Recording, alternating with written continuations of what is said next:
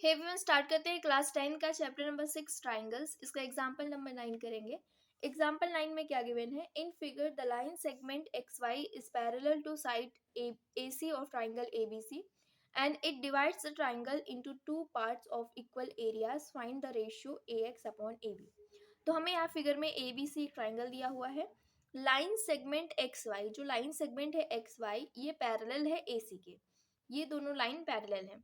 और क्या कर रहा है कि it divides the triangle into two parts of equal area. और जो एक्स वाई है ना, वो ट्राइंगल को दो पार्ट में डिवाइड कर दिया, और दो पार्ट में इस तरीके से डिवाइड किया कि इनका जो एरिया होगा वो इक्वल दिया हुआ है। और हमें फाइंड आउट करना है रेशियो AX से AB का।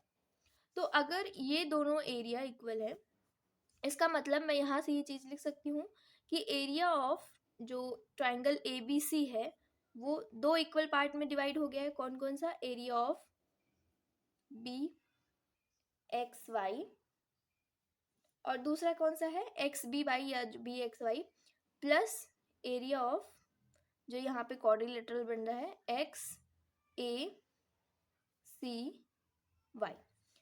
ये ऐसा मैं लिख सकती हूँ क्योंकि ये दो पार्ट में डिवाइड हो गया है। तो area of BXY plus area of BXY। क्यों मैंने ऐसा किया? क्योंकि ये दोनों जो एरिया है, इनका एरिया ये क्या है? इक्वल है। क्योंकि हमें ऑलरेडी दिया हुआ है कि XY ने क्या किया, इन जो ट्राइंगल है ABC को, उसको दो पार्ट में डिवाइड कर दिया, और इनका जो एरिया था वो इक्वल है। इसका मतलब कि जो ये क्वाड्रिलेटरल है XACY, ये बराबर होगा BXY के। तो इसकी जगह पे मैं ये चीज़ लिख सकती हूँ। इससे हम यहाँ पे निकल के आया कि जो एरिया होगा ट्राइंगल ABC का, वो दुगना होगा एरिया ऑफ BXY लिखो या XBY लिखो, XBY के। तो ये चीज़ हमें मिल के आई, निकल के आई। तो हम सबसे पहले यहाँ पे स्टार्ट करते हैं। गिवन में हमें क्या दिया हुआ है? जो लाइन है XY लाइन सेगमेंट, वो पैरेलल है AC के। और दूसरी चीज़ अभी जो जस्ट हमने निकाला कि जो एरिया है of triangle ABC is equal to 2 times area of XBY। ये हमें गिवन में है। और हमें निकालना क्या है? टू फाइंड आउट क्या करना है? रेशियो निकालना है। किसका? AX से AB का। तो हम यहाँ से अपना सोल्यूशन क्या करते हैं? स्टार्ट करते हैं। अगर हम ट्राइंगल देखें, इन ट्राइंगल ABC में दो ट्राइंगल बन रहा है, एक छोटा एक बड़ा। एक बड़ा वाला ट्राइंगल कौन सा है? ABC। दूसरा वाला ट्राइंगल XBY। तो in triangle ABC and triangle XBY, हमारे पास ये गिवन है कि जो XY है ये पैरेलल है AC के। इसका मतलब ये हुआ कि ये जो करस्पॉन्डिंग एंगल्स होंगे, यहाँ पे ये वाला एंगल्स, ये वाला एंगल्स इसके बराबर होगा, और ये वाला एंगल्स और ये वाला एंगल इसके बराबर होगा। करस्पॉन्डिंग एंगल्स हम जानते हैं। तो अगर हमारे पास XY is parallel to AC, ये चीज़ हमें गिवन में है, तो मैं यहाँ से लिख सकती हूँ कि जो एंगल है B, ट्राइंगल पहले ABC का देखेंगे। ट्राइंगल ABC में जो BAC है, BAC वो बराबर होगा किसके एंगल के? BXY के। BXY। फिर इसके बाद दूसरा जो हमारा एंगल है BCA, BCA ये बराबर होगा BYX के, BYX के। और ये कैसे एंगल्स हैं? तो हम रीजन बता देंगे। करिस्पॉन्डिंग एंगल्स हैं, करिस्पॉन्डिंग एंगल्स। अगर हमें दो ट्राइंगल के अंदर दो एंगल मिल जाते हैं, तो हम जानते हैं क्राइटेरिया कि अगर हमें दो एंगल मिल गया तो हम उन दोनों ट्राइंगल को क्या बोल सकते हैं? सिमिलर बोल सकते हैं। तो हम देयरफॉर हम यहाँ से लिखेंगे जो ट्राइंगल ABC है वो सिमिलर होगा ट्राइंगल XBY के। और ये हमने किस रूल से लिखा? तो बाई एंगल सिमिलैरिटी क्राइटेरिया से। इतना प्रूफ हो गया। इसके बाद देयरफॉर अभी हमने थ्योरम में पढ़ा, जो थ्योरम जो हमारा 6 पॉइंट आई थिंक 6.6 जो थियरम हमने पढ़ा, उस थियरम में ये दिया था कि जो एरिया होता है, अगर दो ट्राइंगल सिमिलर हैं तो जो इसका एरिया होगा, area of triangle A B C, और ये दोनों ट्राइंगल सिमिलर निकल के आए, area of triangle X B Y, इनका जो रेशियो होगा ये बराबर होगा उनकी करस्पॉन्डिंग साइड के स्क्वायर के। तो हम कोई भी करस्पॉन्डिंग साइड ले लेते हैं, तो मैं यहाँ पे ले रही हूँ A B upon x B, तो इसका मतलब इनका जो स्क्वायर होगा ये इसके बराबर होगा। यह थियरम हमने 6.6 में पढ़ा था, तो मैं यहाँ पे थियरम लिख देती हूँ।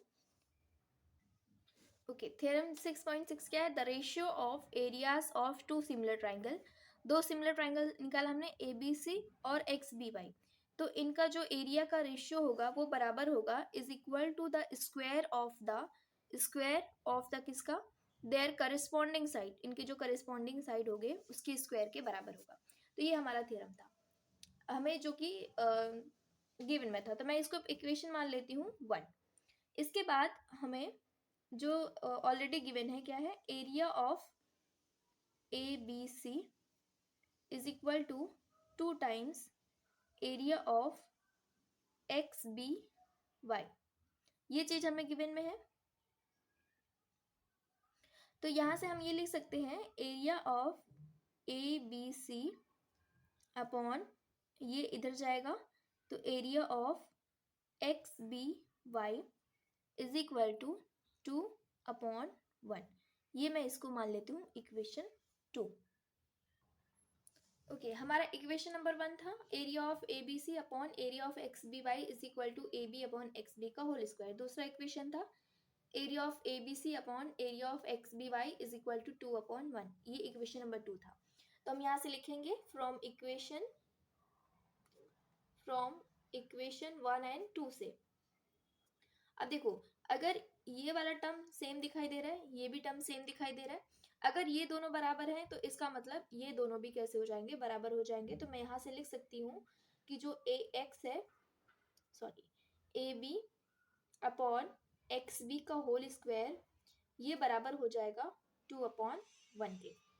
अगर मुझे ये स्क्वायर हटाना है तो दोनों साइड में क्या कर दूंगी, रूट कर दूंगी।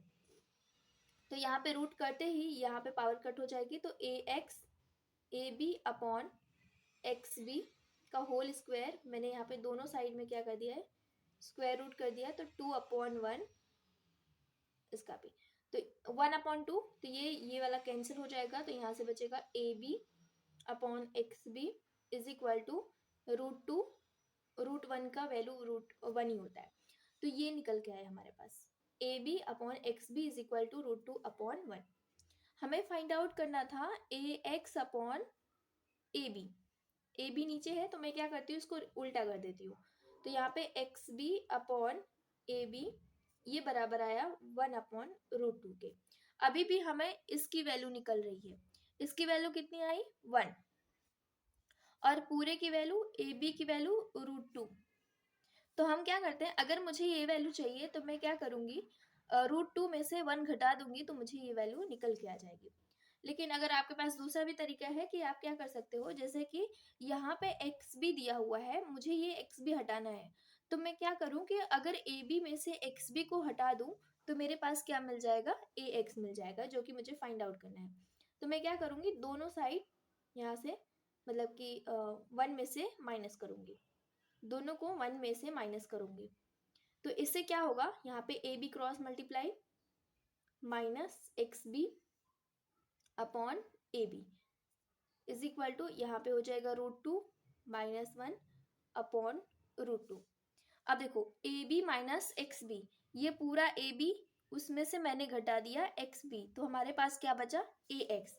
तो इसका मतलब मैं इसकी जगह पे लिख सकती हूँ A x upon A B is equal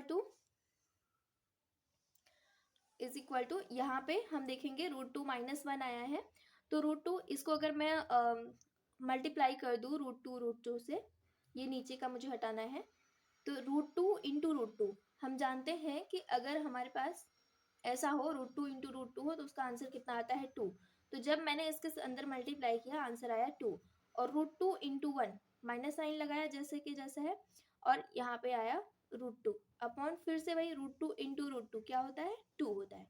तो ये इसका सलूशन।